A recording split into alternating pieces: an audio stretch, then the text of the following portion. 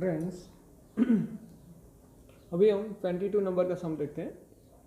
Question यहाँ पे mention किया हुआ है इन दैट पहले किसके लिए है, कौन सा थियरी हमें अप्लाई करना है वो देखना है। सबसे पहले देखो, at what angle should a ray of a light incident, means कोई लाइट इंसिडेंट करते हैं कोई भी साइड पे on the face of a prism, means prism की बात हो रही है यहाँ पे। तो सबसे पहले हम प्रिज्म ड्रॉ कर देंगे। प्रिज्म के बेस पे पूरा निम्न कर रहेगा। प्रिज्म वाला कंडीशन है, ए बन गया, बी बन गया एंड सी बन गया। प्रिज्म की साइड कौन से लेंगे हम इंसिडेंट के लिए, ए बी लेंगे, एंड रिफ्रैक्शन के लिए इमर्जेंट रे के लिए लेंगे ए सी साइड लेंगे। ऑफ एंगल 60 डिग्री, मीन्स जो एंगल है prism angle A is equal to given है हमें 60 डिग्री गिवन है। That it just suffer total internal reflection, means one side से कोई रे एंटर हो रहा है, इंसिडेंट हो रहा है, जैसे ये रे इंसिडेंट हो रहा है, रे इंसिडेंट होता है तो यहाँ पे हमें नॉर्मल प्लॉट करना होगा सबसे पहले। तो हमने नॉर्मल प्लॉट कर दिया। चलो इंसिडेंट एंगल कौन सा होगा, तो angle between the normal and the incident ray, mean this one is the normal and ये वाला जो है वो इंसिडेंट रे है, तो ये वाला बन जाएगा incident angle. At what angle should a ray of a light be incident, means यही एंगल हमें फाइंड आउट करना है कि ये एंगल हम कितना रखेंगे जिसकी वजह से जो रे रिफ्रैक्टेड होकर यहाँ पे जा रही है वो रे एग्जैक्टली क्या होगी, वहाँ से इमर्जेंट होने वाली है, इमर्जेंट होगी। लेकिन ये रे जो इमर्जेंट हो रही है उसका टोटल इंटरनल रिफ्लेक्शन हो जाए, मीन्स यहाँ से ये इनसाइड ही आ जाए। तो ए कंडीशन हमें हो जाए सामने की ओर, वो टाइम पे इंसिडेंट एंगल कितना होगा वो फाइंड आउट करना है। तो हमें मालूम है टोटल इंटरनल रिफ्लेक्शन के लिए फॉर्मूला क्या था। सबसे पहले कोई रे जैसे जा रही है नॉर्मल है तो पहले स्ट्रेट डायरेक्शन में जाएगा। ये जो एंगल है वो कितना होगा, क्रिटिकल एंगल आईसी होगा। यदि हम आईसी से थोड़ा भी एंगल इंक्रीज करेंगे, थोड़ा भी एंगल बढ़ाएंगे तो जो रे होगी उसका टोटल इंटरनल रिफ्लेक्शन हो जाएगा। लेकिन हमें क्या करना है, जस्ट टोटल इंटरनल रिफ्रैक्शन, तो हमें एंगल कितना रखना होगा, इंसिडेंट एंगल यहाँ पे आईसी जितना रखना होगा। समझ गए कंडीशन। तो यहाँ पे फॉर्मूला हम अप्लाई करेंगे। टोटल इंटरनल रिफ्लेक्शन का फॉर्मूला क्या है, sine I C is equal to 1/n, means refractive index of the medium is equal to ये वाला फॉर्मूला है। तो अब प्रिज्म की बात करते हैं हम। ये वाला एंगल जैसे R1 है, ये वाला एंगल जो भी होगा, ये वाला एंगल का क्या होगा R2, मीन्स यहाँ पे R2 is equal to IC, ये दोनों सेम है। अब इसके आगे R2 की जगह पे IC लेंगे तो यहाँ पे हमें टोटल इंटरनल रिफ्लेक्शन करना है at side AC of prism sine R2 is equal to 1/n। तो 1/n रिफ्रैक्टिव इंडेक्स की 1 है, यहाँ पे कितना है 1.524। 1.524 डिवाइडेशन में होता है तो उसकी वैल्यू हमने निकाल के पहले रखी है। Sign R2 is equal to होता है 0.6542 होता है। यदि R2 की वैल्यू आप निकालोगे साइन के टेबल में से तो उसकी वैल्यू आपको मिलेगी 41, ये 41 डिग्री आपको मिल गया। और राइट यहाँ तक। अब देखो R2 की वैल्यू हमें मिल गई 41, R1 कितना होगा, तो प्रिज्म के लिए कंडीशन हमारे पास है, प्रिज्म एंगल के लिए R1 plus R2 is equal to A वाला फॉर्मूला हमारे पास है। यहाँ पे हमें ए गिवन है, R2 हमें मिल गया, तो R1 कितना होगा, तो R1 is equal to A means 60 minus R2 41। तो R1 की वैल्यू हमें यहाँ पे देखते हैं। अब R1 की वैल्यू हो जाएगी 19। अब यहाँ पे फेस ए बी पे प्रिज्म के स्नेल लॉ अप्लाई करते हैं। तो N1 sine I is equal to N2, prism का रिफ्रैक्टिव इंडेक्स हम N2 लेते हैं तो N2 साइन R1, वही हमने यहाँ पे लिखा N1 sine I is equal to N2 sine R1। N1 की जगह पे 1 है क्योंकि एनवायरमेंट एयर में से जा रहे हैं तो एयर का रिफ्रैक्टिव इंडेक्स कितना होता है 1। साइन I जो हमें फाइंड आउट करना है, N2 की वैल्यू है हमारे पास refractive index of the prism 1.524 into sine 19, R1 कितना है हमारे पास 19 डिग्री है। तो साइन 19 के वैल्यू साइन के टेबल में से फाइंड आउट करके तो मिलेगी हमें, दोनों का मल्टीप्लिकेशन कर दिया तो वैल्यू मिल गई। इसके आगे हमने आई की वैल्यू फाइंड आउट कर दी। हो जाएगा सम, ओके।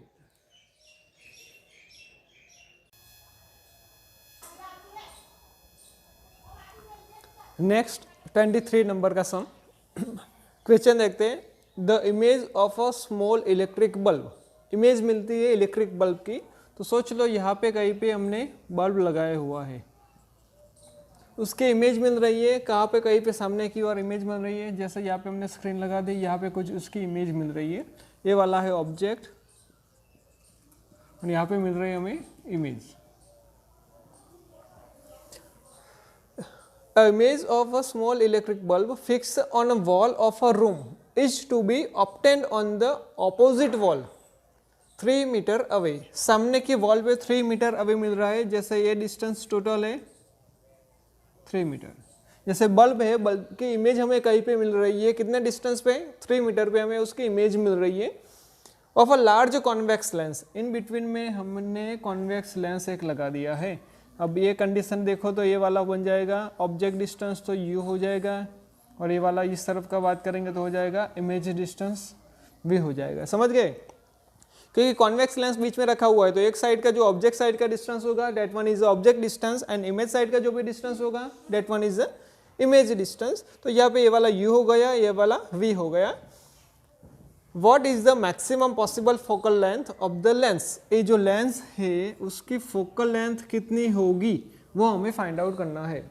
यदि एमसीक्यू में पूछा जाए क्वेश्चन तो आपको डायरेक्टली याद रखना है दोनों के बीच का जो भी डिस्टेंस होगा वो डिस्टेंस के हिसाब से एक फॉर्मूला है हमारे पास। जैसे इसको u plus V equals to D हम जैसे बोलते हैं, टोटल डिस्टेंस बोलते हैं, हमें कितना गिवन है यहाँ पे 3 मीटर। तो यही कंडीशन के हिसाब से हम देखेंगे। सो ए डिस्टेंस के हिसाब से देखेंगे तो जो भी डिस्टेंस होगा u plus V equals to 4f means d equals to 4f मिल जाएगा हमें। तो d की वैल्यू कितनी है हमारे पास 3 है, सामने 4f, f फाइंड आउट करना है तो क्या होगा 3/4, तो नियर बाय आ जाएगा 0.75 सेंटीमीटर है तो सेंटीमीटर में आ जाएगा। Did you get it? Okay, simple answer है। दूसरी तरह से कैसे देखें तो हम ऑब्जेक्ट कहाँ पे रखेंगे तो कहाँ पे इमेज मिलेगी, बेसिक हमें मालूम है। जैसे सेंटर ऑफ कर्वेचर पे हम ऑब्जेक्ट रखते हैं तो उसकी इमेज कहाँ पे मिलने वाली है, सेंटर ऑफ कर्वेचर पे मिलेगी।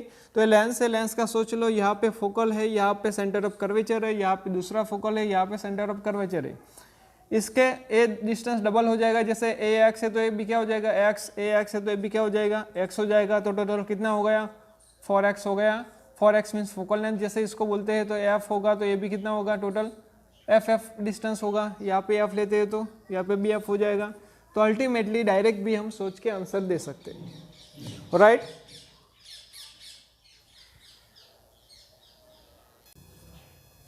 फिर यही सम यदि न्यूमेरिकल में पूछा जाए, न्यूमेरिकल के हिसाब से हमें फाइनल आंसर फाइंड आउट करना होगा, तो हमें पहले ऐसा देखना होगा कि आपको मालूम होगा एज पर लेंस फॉर्मूला।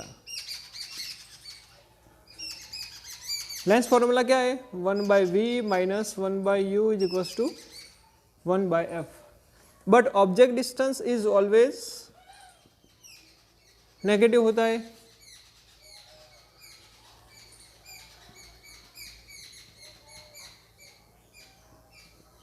तो यहाँ पे माइनस u लिखेंगे हम 1/v minus 1/u equals to 1/f। तो यहाँ पे क्या हो जाएगा 1/v plus 1/u equals to 1/f हो जाएगा।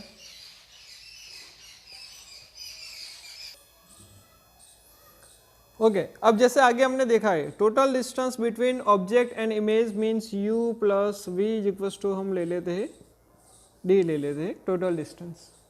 सो यहाँ पे हम फाइंड आउट कर सकते हैं u के फॉर्म में या v के फॉर्म में फाइंड आउट कर सकते हैं। सो u इक्वल्स टू क्या हो जाएगा d माइनस v। ये वैल्यू हम पुट डाउन करेंगे फॉर्मूला के अंदर। तो पुट डाउन करते हैं वैल्यू हम 1/v plus 1/d minus v equals to 1/f। LCM लेते हैं हम, एलसीएम लेते हैं तो कैसे बन जाएगा फॉर्मूला f यहाँ पे आ जाएगा f into D minus V plus V F. Then after यहाँ पे रहेगा सामने v into D minus V. यहाँ पे हम v की जगह पे u की जगह पे v की वैल्यू भी ले सकते हैं। ब्रैकेट ओपन करते हैं df minus V F plus V F is equals to v D minus V square, V F तो कट हो गया यहाँ पे। देखते हैं वी स्क्वायर इस तरफ ला दिया minus V D plus D F is equals to 0। अब ए फॉर्मूला को quadrilateral formula A X square plus B X plus six is equals to 0 से कंपेयर करते हैं। तो जैसे ए की जगह पे आ जाएगा हमारे पास 1, बी की जगह पे आ जाएगा माइनस वी एंड सी की जगह पे आ जाएगा डी एफ। अब डेल्टा वाले प्रोसेस करते हैं। डेल्टा इज इक्वल्स टू क्या होता है, B square minus 4ac, B कितना है हमारे पास माइनस वी का स्क्वायर माइनस 4, ए की जगह पे 1, सी की जगह पे डी एफ होता है। वी स्क्वायर तो वैसे ही रहेगा माइनस 4df, ए वाला हो गया हमारे पास डेल्टा। अब इसके जीरो जैसे निकालने हो गए अल्फा एंड बीटा, तो उसके फॉर्मूला है हमारे माइनस बी प्लस और minus square root delta divided by 2a। तो माइनस बी कितना है हमारे पास यहाँ पे माइनस वी है, तो माइनस माइनस प्लस हो जाएगा माइनस वी प्लस और minus square root delta means V square minus 4df divided by 2, A की जगह पे 1 लिख दिया। अब जैसे जीरो जो भी होगा आंसर होगा ऑलवेज पॉजिटिव होगा। आंसर को पॉजिटिव पे लाने के लिए ए वाली वैल्यू तो पॉजिटिव बन जाएगी हमारे पास। यहाँ पे आगे लिखते हैं minus minus plus alpha and beta is equals to V plus और minus square root V square minus 4df divided by 2। अब अल्फा एंड बीटा दोनों पॉजिटिव होनी चाहिए। पॉजिटिव होने चाहिए तो उसके लिए क्या होगा, ए पूरी टर्म पॉजिटिव होगी, then and only we can get positive answer. So we square minus 4df square root greater than और equals to 0। So we square minus 4df greater than और इक्वल्स टू 0 बन जाएगा। स्क्वायर रूट सामने जाएगा, कोई meaning नहीं रहेगा। फिर से ये सामने चला गया, सॉरी यहाँ पे क्वाड्रिलेटरल डी रहेगा, यहाँ पे थोड़ी मिस्टेक, एक सेकंड।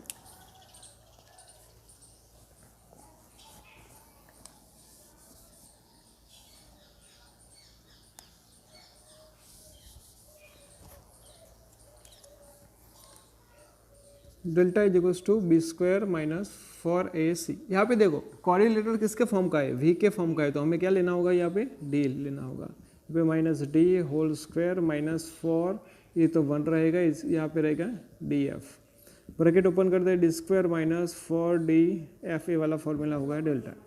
वो अल्फा एंड बीटा की बात करेंगे तो रहेगा माइनस बी प्लस और माइनस स्क्वायर रूट में डेल्टा डिवाइडेड बाई 2a रहेगा। अगेन हम इसकी वैल्यू पुट डाउन करते हैं, अल्फा बीटा जो भी जीरोज रहेंगे माइनस बी की वैल्यू कितनी है माइनस डी प्लस और माइनस माइनस माइनस प्लस हो जाएगा, यहाँ पे प्लस और minus square root D square minus 4df divided by 2। अब alpha and beta must be positive, positive होना चाहिए। तो हमारे पास क्या है यहाँ पे डेल्टा वाला D square minus 4df greater than और इक्वल्स टू 0। 0 होगा तो चलेगा, या उससे ज़्यादा होना चाहिए। स्क्वायर रूट सामने जाएगा तो कुछ मीनिंग नहीं है। अभी डी स्क्वायर ग्रेटर देन और इक्वल्स टू 4df माइनस से सामने जाएगा प्लस हो जाएगा, एक डी दोनों में से कट हो जाएगा, क्या बचेगा डी ग्रेटर देन और इक्वल्स टू 4f। तो नॉर्मली हमने क्या लिखा यहाँ पे 4f, ए वाला आंसर आ गया। डायरेक्ट फॉर एमसीक्यू के लिए भी यूज़ कर सकते हैं। यदि न्यूमेरिकल में पूछा जाए तो टोटली आपको कैलकुलेट करके दिखाना है।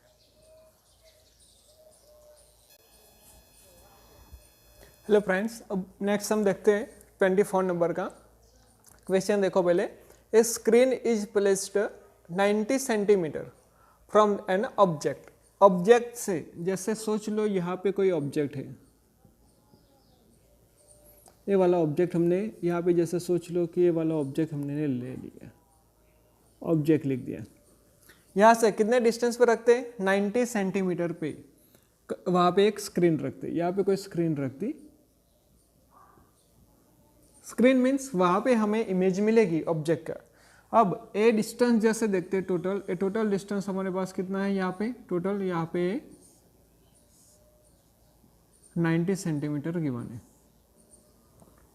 The image of the object, object की इमेज हमें लेनी है on the screen is formed by a convex lens at two different location.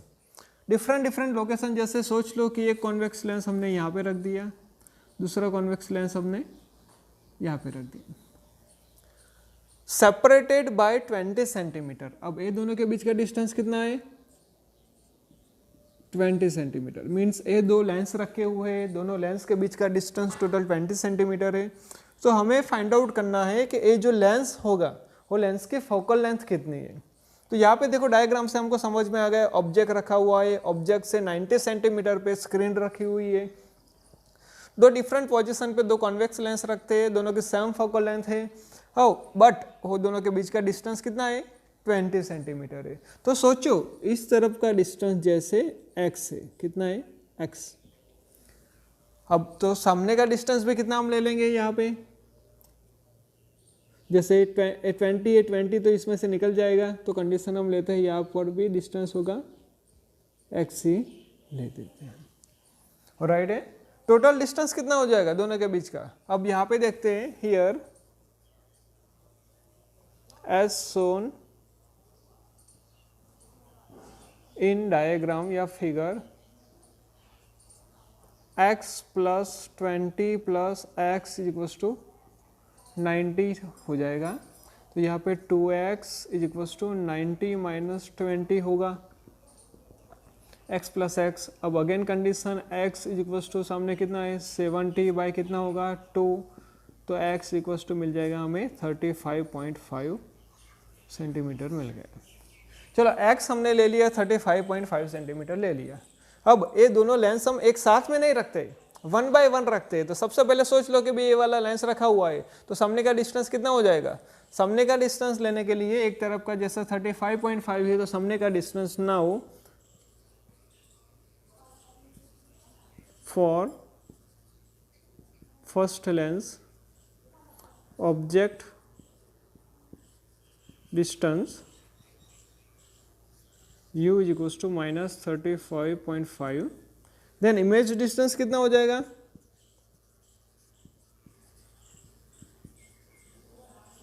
v is equal to कितना हो जाएगा? ये 35.5 है, तो सामने वाला देख लेते हैं कि 90 में से 35.5 निकालना है, तो हो जाएगा 90 माइनस 35.5। जो भी आंसर आता है वो हम यहाँ पे लिख देंगे। कर सकते हो आप लोग। u मिल गया आपको, v मिल गया। अब इसके बेस पे लेंस का फॉर्मूला अप्लाई कर सकते हो। नाउ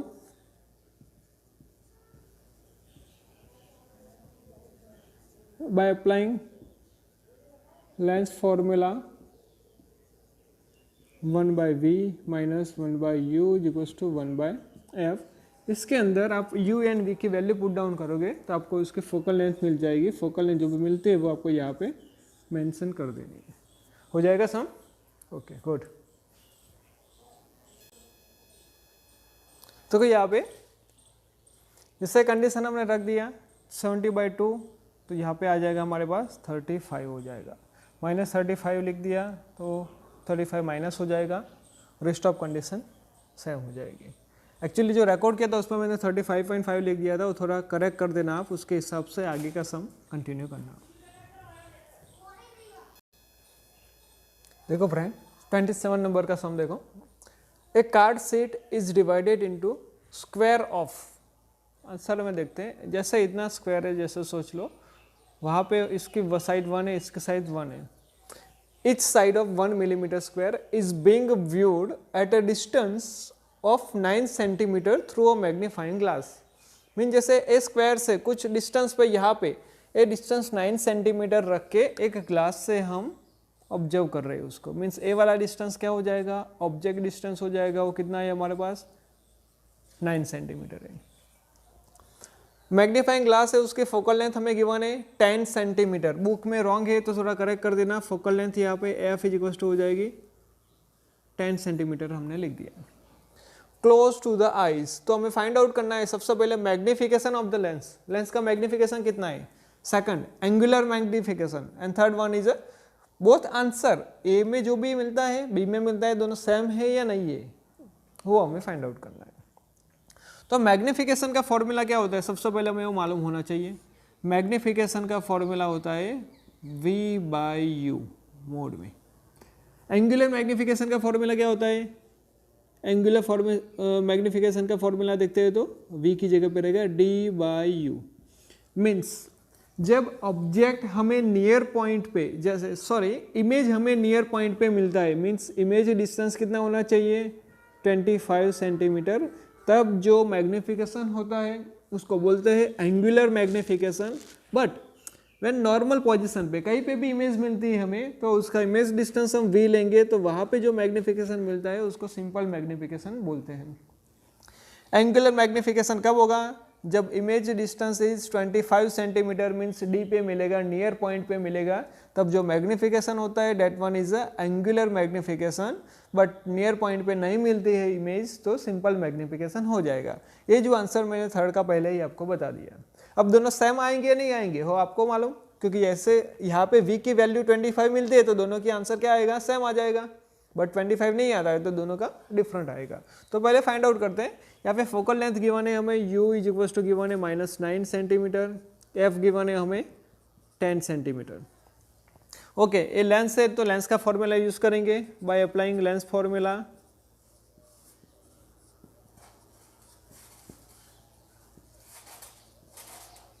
लेंस फॉर्मूला क्या है? 1/v minus 1/u is equal to 1/f। इसके बेस पे आप लोग v फाइंड आउट कर सकते हो। सिंप्लीफाई थोड़ा करके दे देता हूँ मैं। 1/v is equal to 1/f plus 1/u, cross multiply कर देते हैं। So 1/v is equal to u plus f divided by uf। यहाँ पे देखते हैं v ऊपर आ जाएगा तो हो जाएगा uf divided by u plus f।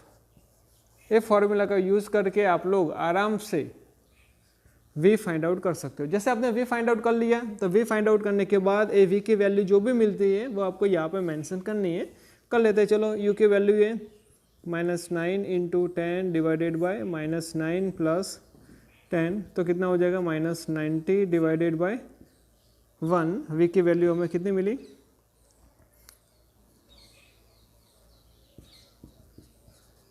90 centimetre.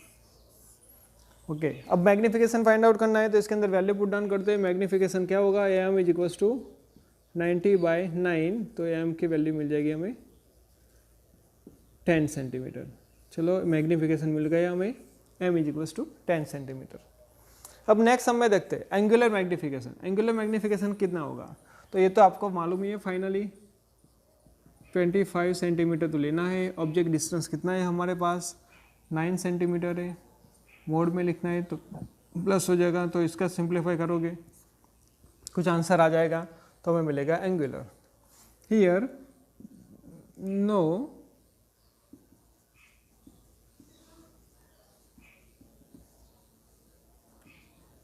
Magnification are not same, but when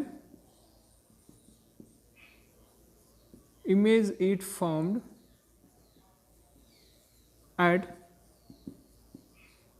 near point, mean 25 centimeter, then both magnification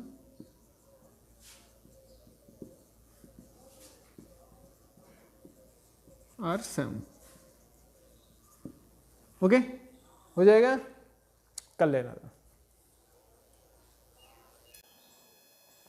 यहाँ पे देखो 28 नंबर वाले सम में मैग्नीफाइंग पावर मैक्सिमम होना चाहिए, तो इमेज डिस्टेंस कितना होगा 25 सेंटीमीटर। फोकल लेंथ तो वही है, तो आप लेंस फॉर्मूला से यू फाइंड आउट कर लोगे, फिर मैग्नीफिकेशन वाले में वैल्यू पुट डाउन करोगे और मैग्नीफिकेशन पावर में भी वैल्यू पुट डाउन करोगे यू की, तो आपको उसका आंसर मिल जाएगा। हेलो फ्रेंड्स, नेक्स्ट सम उसके जैसा ही है, वही सम पे डिपेंडेंट। जैसे फोकल लेंथ जो गिवन थी 10 सेंटीमीटर, वो फोकल लेंथ वही रहेंगी, यहाँ पे कोई चेंजेस नहीं है।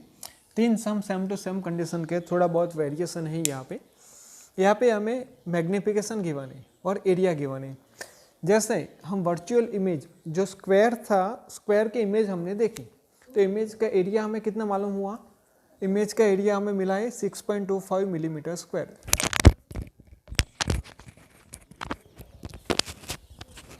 सो एरिया यहाँ पे गिवन है 6.25 मिलीमीटर स्क्वायर। इसके बेस पे एरियल मैग्निफिकेशन क्या होगा, तो ये फॉर्मूला आपको याद रखना होगा, aerial magnification is equals to area of the square divided by side of the square. Area हमें कितना गिवन है 6.25 मिलीमीटर स्क्वायर, नीचे साइड है हमें 1 गिवन है, 6.25 बाई 1 करके तो डायरेक्टली हमें मिल गया 6.25, that one is the aerial magnification. आगे सब में शायद रह गया है, मैग्निफिकेशन फाइंड आउट करने के लिए बोला था एरिया, तो एरिया का फॉर्मूला क्या होगा, magnification into side of the square, वही फॉर्मूला आप डायरेक्टली यूज कर सकते हो। Second condition, linear magnification find out करने के लिए बोले तो वहां पे मैग्निफिकेशन का square into length of the square. चलो ये वाली कंडीशन मिल गई आपको, एरियल मैग्निफिकेशन का formula area of the square divide by side of the square, तो वैल्यू मिल गया। अब इसके बेस पे लीनियर मैग्निफिकेशन फाइंड आउट करना है। Linear magnification is equals to जो भी एरियल मैग्निफिकेशन होता है, aerial means area wise, area का मैग्निफिकेशन कितना है, मैग्निफिकेशन मीन्स 1 इंटू 1, तो 1 मिलीमीटर स्क्वायर है, सोच लो 10 सेंटीमीटर साइड होती तो 10 इंटू 10 कितना होगा 100 millimetre square. So one side का भी 10 होगा, 10 में इंक्रीज होगा and means horizontal and perpendicular दोनों में इंक्रीज होता है, जिसकी वजह से वहां पे एरिया होगा। मीन्स एरिया का फॉर्मूला होता है एल स्क्वायर, तो एरियल में क्या होगा स्क्वायर होगा जो भी मैग्निफिकेशन है, लेकिन लीनियर में क्या होता है एक ही डायरेक्शन में फाइंड आउट करना है, तो वहां पे ओनली एल ही रहेगा, जिसकी वजह से यहाँ पे स्क्वायर रूट फाइंड आउट करने के लिए होता है। ये सब में नहीं जाना हो आपको, तो डायरेक्टली फॉर्मूला आप याद रख सकते हो और उसके बेस पे भी जा सकते हो। ये वैल्यू फाइंड आउट कर लिया आपने, लीनियर मैग्निफिकेशन 2.5 मिल गया। अब ए दोनों के बीच में लीनियर मैग्निफिकेशन मीन्स एम आपको मिल गया है, यहाँ पे कितना मिला है 2.5 सेंटीमीटर मिला है, सॉरी 2.5 मिला डायरेक्टली। मैग्निफिकेशन का फॉर्मूला क्या है v बाई यू, u सामने जाएगा तो हो जाएगा v is equal to M into U. M हमें मालूम है 2.5, तो वैल्यू लिख दिया v का। लेंस फॉर्मूला लगा दो, लेंस फॉर्मूला में v की जगह पे लिखना है 2.5, u तो वैसे ही रखो, f की जगह पे क्या लिखोगे 10। सिंप्लीफाई करो तो आपको उसके बेस पे u की वैल्यू मिल जाएगी, u की वैल्यू मिल गई -6 सेंटीमीटर। अब u के बेस पे आपको v फाइंड आउट करना है, ये वाली वैल्यू पे पुट डाउन करके तो v मिल गया, मोड v निकाल दो, v की इमेज मिल गई।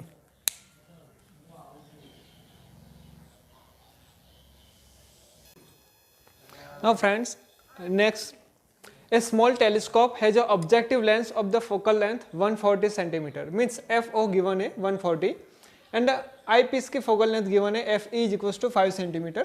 So what is the magnifying power of the telescope? तो टेलीस्कोप के मैग्नीफाइंग पावर के बारे में हमने स्टडी किया था, लेकिन उसमें only FO by FE means image जब इन्फिनिट डिस्टेंस पे मिलती है उसके ही मैग्निफिकेशन हमने फाइंड आउट की थी, क्योंकि वही सिलेबस में है।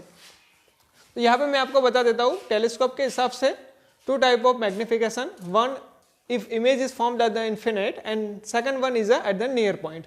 इन्फिनिट पे होगा तो क्या होगा MO इंटू ME, ऑब्जेक्टिव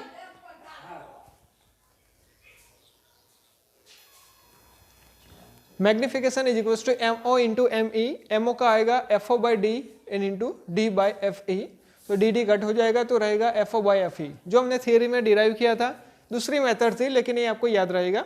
लेकिन नियर पॉइंट की बात करते हैं तो M is equal to MO into ME, MO की वैल्यू आएगी FO by D into near point का 1 प्लस D बाई FE, जो सिंपल माइक्रोस्कोप में हमने स्टडी किया था 1 plus D by FE near point पे मिलता है।